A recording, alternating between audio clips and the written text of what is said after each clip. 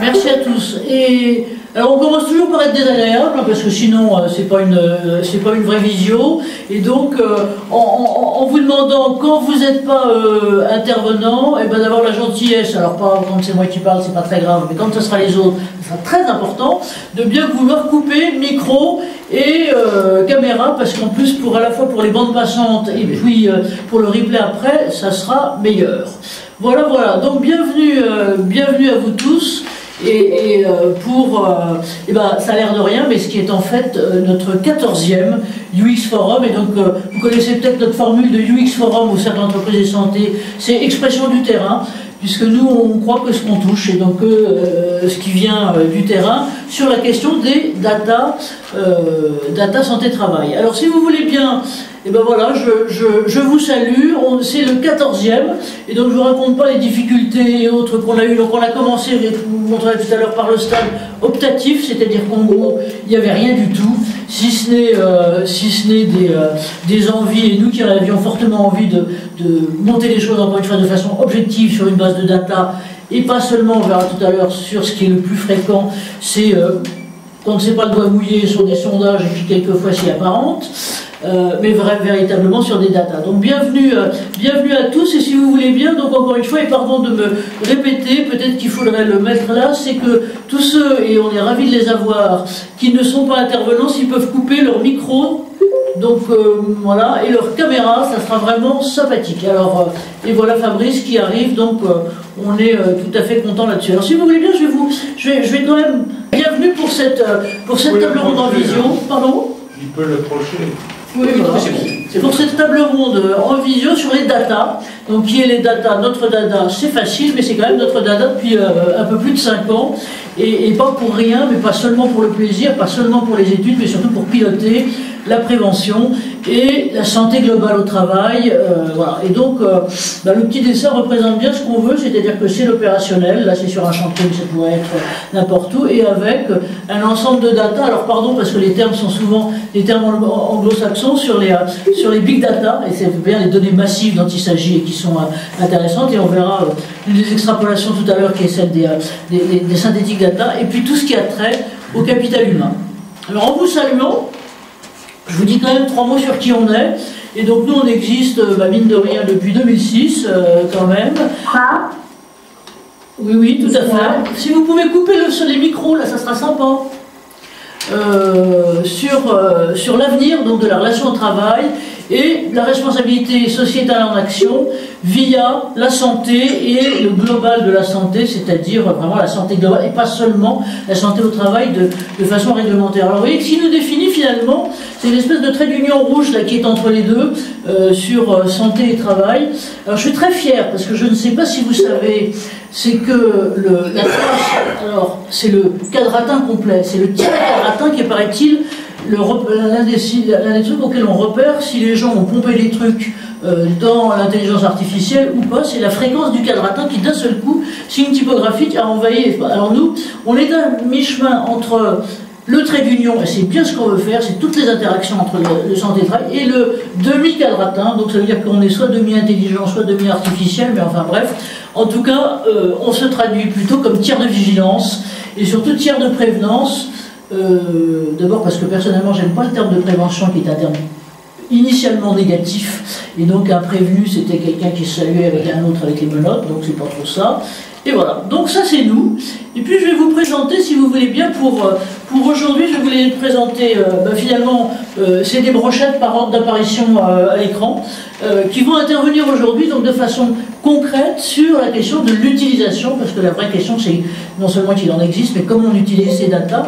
Et donc Benedetto, que je salue, qui est Benedetto Gesmundo, donc qui est médecin coordonnateur d'un nouvel ensemble qui s'appelle Proméum. Et Proméum donc, est né, je crois, de la fusion, en train de naître, de la fusion de deux grands services interentreprises de santé au travail. Et vous verrez que sa spécificité à lui, c'est à la limite et à l'ensemble de Proméum, c'est de penser leur dynamique à partir des datas. Encore un médecin, alors on salue avec révérence tous ces médecins et on a un peu honte de ne pas en être, mais enfin quand même.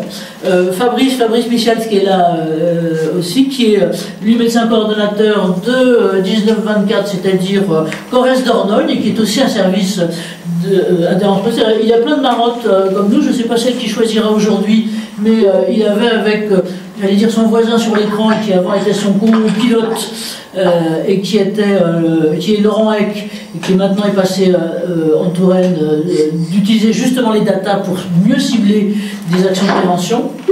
Il y a des bruits bizarres, mais non, ça va.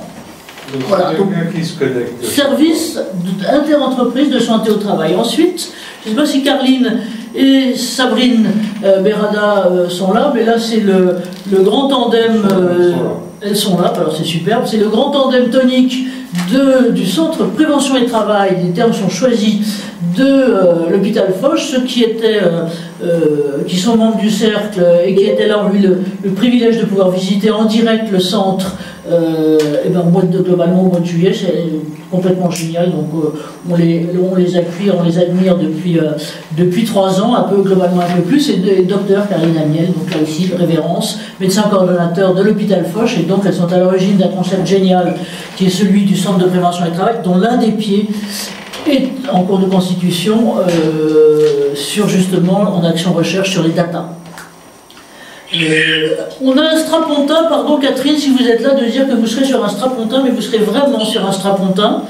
Vous serez vraiment sur un strapontin parce que c'est aussi une autre utilisation tout à fait géniale, et on fera sans doute une séance un jour spécifiquement là-dessus, d'une utilisation territoriale cette fois-ci des données et des données de santé-travail dans un observatoire régional justement occitan d'Occitanie là-dessus. Voilà, donc là seraient nos 4 témoins qu'on appelle acteurs ou actrices éclaireurs et qui sont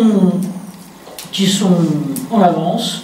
Je suis navré de dire, pardon pour nous, c'est qu'il n'y a pas de Parisiens, et donc on est très fiers.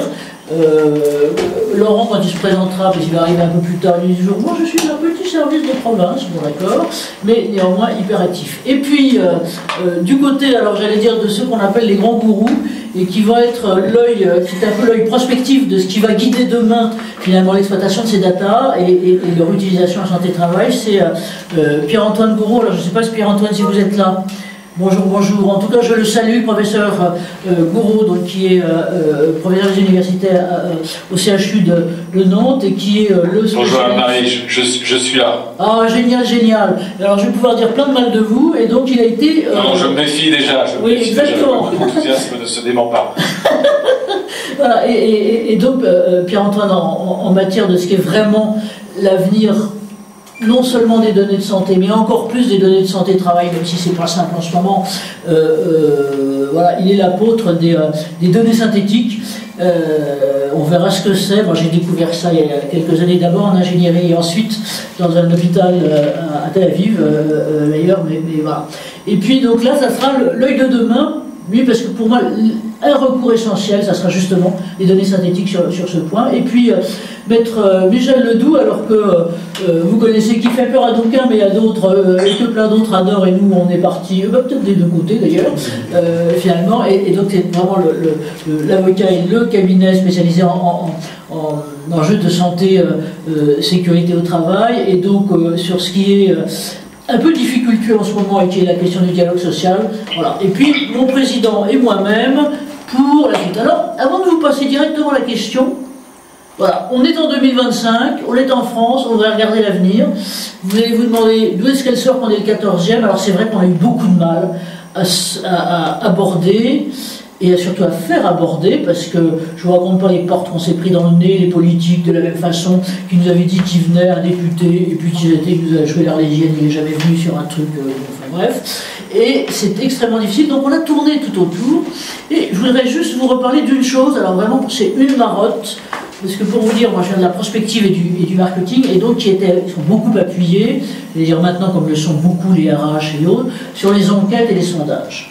Et il y a une vieille confusion partout entre les données qui sortent, on ne peut même pas dire les données, enfin les résultats qui sortent des sondages, qui sont des mesures le plus souvent de perception, qui sont des mesures d'opinion, qui se font sur des échantillons, avec tous les biais possibles, non seulement de construction d'échantillons, mais aussi de non-savoir-faire, pardon, de beaucoup en matière de construction de questionnaires, qui vous posent la question, est-ce que vous préférez être riche et bien portant ou pauvre et malade, enfin, j'exagère à peine, mais c'est de ce type-là, et qui surtout sont du déclaratif. et déclarer qu'on a un comportement et l'avoir effectivement, comme vous le savez, si vous avez des enfants ou n'importe qui, vous savez que c'est quand même quelque part un peu différent, et pour nos contemporains aussi. Donc il y a plein de biais. Je vous donne deux exemples. Un exemple en matière, prenons de santé-alimentation. En santé-alimentation, tout le monde sait et tout le monde dit, mais oui, ma bonne dame, moi je mange 5 fruits et légumes par jour et je sais que c'est très très bien pour la densité. Et donc 98% disent que c'est bien et 80% disent qu'il le faut. Maintenant, quand vous, et ça c'est du déclaratif. Maintenant, quand vous auscultez, que vous êtes un marketeur et que vous auscultez vraiment le panier de la ménagère, c'est-à-dire que vous avez les retours de consommation et d'achat réel de fruits et légumes, et bien c'est pas la même chose, on est plutôt près de 30% et encore les bons jours. Pareil en sécurité, et là, je veux dire, c'est pas, je crois qu'on a un ou deux INRS qui sont globalement là, et eux, ils nous ont démontré ça il y a 20 ans.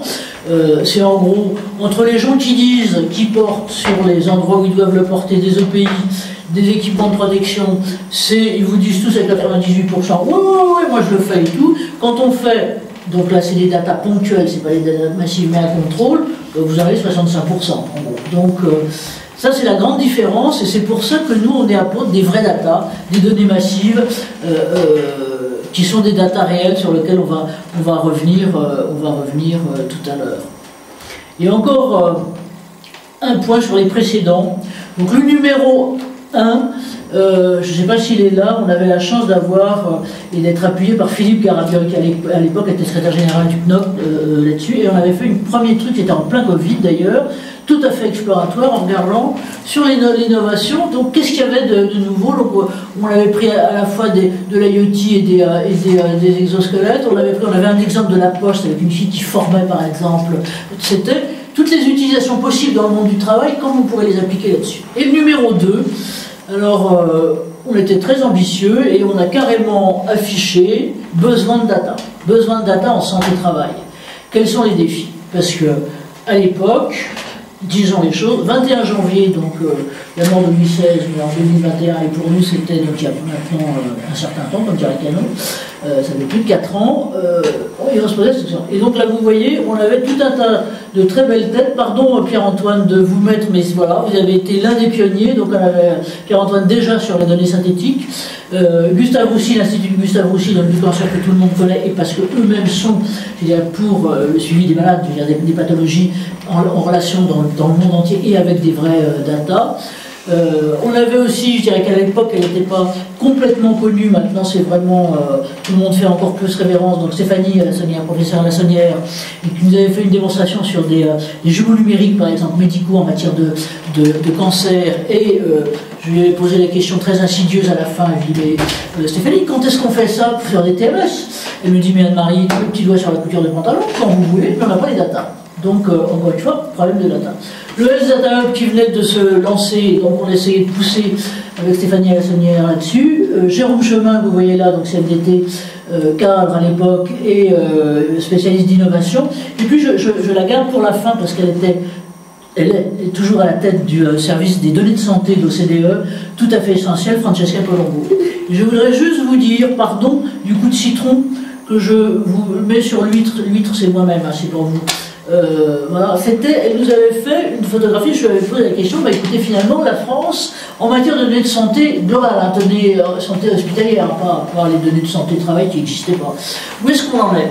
Et donc là, vous voyez, sur l'axe, parmi d'autres pays de l'OCDE, donc là, vous voyez, sur l'axe vertical, les abscisses, on a la gouvernance. Alors nous, elle nous avait dit, oh ben ça, en matière de gouvernance, vous en France, vous êtes géniaux. Parce que alors là, vous travaillez beaucoup la question, vous essayez la compliance, vous parlez des TIO, donc vous êtes très très en avance. Et puis l'autre axe, c'est ce qu'ils appellent la maturité d'utilisation. Alors là, c'est plus le même topo. Donc là, voilà. Donc ça, bien entendu, c'était il y a longtemps, puisque c'était il y a presque 5 ans. Mais quand on retriture les études récentes de l'OCDE, pas complètement les mêmes, on a la même chose. Donc vous voyez là, vous avez tout un peloton de tête avec notamment la Finlande et la Suède, et récemment le Danemark est arrivé là-dedans. Le Royaume-Uni plus que nous. Et voilà, qui eux sont ce qu'on rêve tous d'être. Oui, le Danemark là était déjà tout là-haut, là, le meilleur du meilleur, c'est ce qu'on voudrait être demain en santé de travail. Donc voilà, ça c'est l'un des mouvements de fond. Et l'autre, tiens, pourquoi ça crie? Je m'entends moi-même. Non, c'est quelqu'un qui parle. Ah bon, alors ça va. Attends, je vais recouper celui-là. Et l'autre mouvement, c'est que, eh ben, on peut plus faire sans. C'est que la vague irrépressible de l'intelligence artificielle, l'utilisation de l'application, alors un peu tous azimuts, c'est pour ça que ça flanque la trouille, il y a plein de monde, est là, et c'est comme ça. Alors je ne sais pas si vous vous souvenez, mais il y a 10 ans, il y avait la vague de ce qu'on appelait le BIOS, Bring Your Own Device, c'est-à-dire toutes les directions informatiques de toutes les boîtes se sont trouvées complètement submergées par les gus qui venaient avec leur propre portable, et voilà, il fallait se débrouiller avec ça, donc cybersécurité et le reste. Et là maintenant, vous savez que c'est la même chose avec l'intelligence artificielle, et que vous avez en gros les 2/3, c'est-à-dire non seulement des cadres, mais de tout ce qui est quelque part les travailleurs du savoir, qui amènent leur propre intelligence artificielle, qui souvent est plus avancée. Ils n'ont pas reçu la formation dans leur boîte, et donc le mouvement est là, et on ne va pas faire autrement. Et donc je termine sur ces datas, sur une date qui est tout à fait importante, qui est, on en a un peu parlé dans la presse, mais je dirais plus sur le résultat que sur la méthode, c'est l'université de Stanford. Donc Stanford va présenter le 29 septembre prochain, présentation mondiale, une étude donc, qui est sur l'emploi, hein, qui est pas sur mais qui est sur l'impact de l'IA sur l'emploi, c'est sur quoi nous on avait centré la semaine dernière notre réunion, et donc c'est une étude sur les États-Unis, véritablement données massives, parce qu'ils sont appuyés sur un truc qui s'appelle ADP, qui n'est pas l'aéroport de Paris, hein, mais c'est le plus gros opérateur américain de traitement de la paix. Et donc, ils ont 35 ou 40 millions de bus là-dessus, et ils ont isolé là-dedans un certain nombre de métiers impactés par l'intelligence artificielle, et la démonstration que, là je vais arrêter là la parenthèse, mais c'est très important que l'IA va impacter très très fortement les emplois de développement informatique, ou de développement, ou de métiers liés à l'utilisation de l'IA, c'est absolument énorme. Alors que de l'autre côté, tous les métiers, par exemple, de soignants, d'aide aux soins ou autres, et donc, si vous voulez, je vous enverrai le lien, pour nous c'est à 9h du soir, mais c'est grand-messe là-dessus. Donc, ce mouvement de l'IA, il est complètement là, et puis, tout ce qu'on fait, on fait les piges avec des remontées de presse, là, globalement tous les mois, c'est... 15 jours après, ce qu'on a raconté est totalement désuet sur les chiffres et sur le reste, et donc on ne peut pas faire autrement que d'y aller. Alors, avec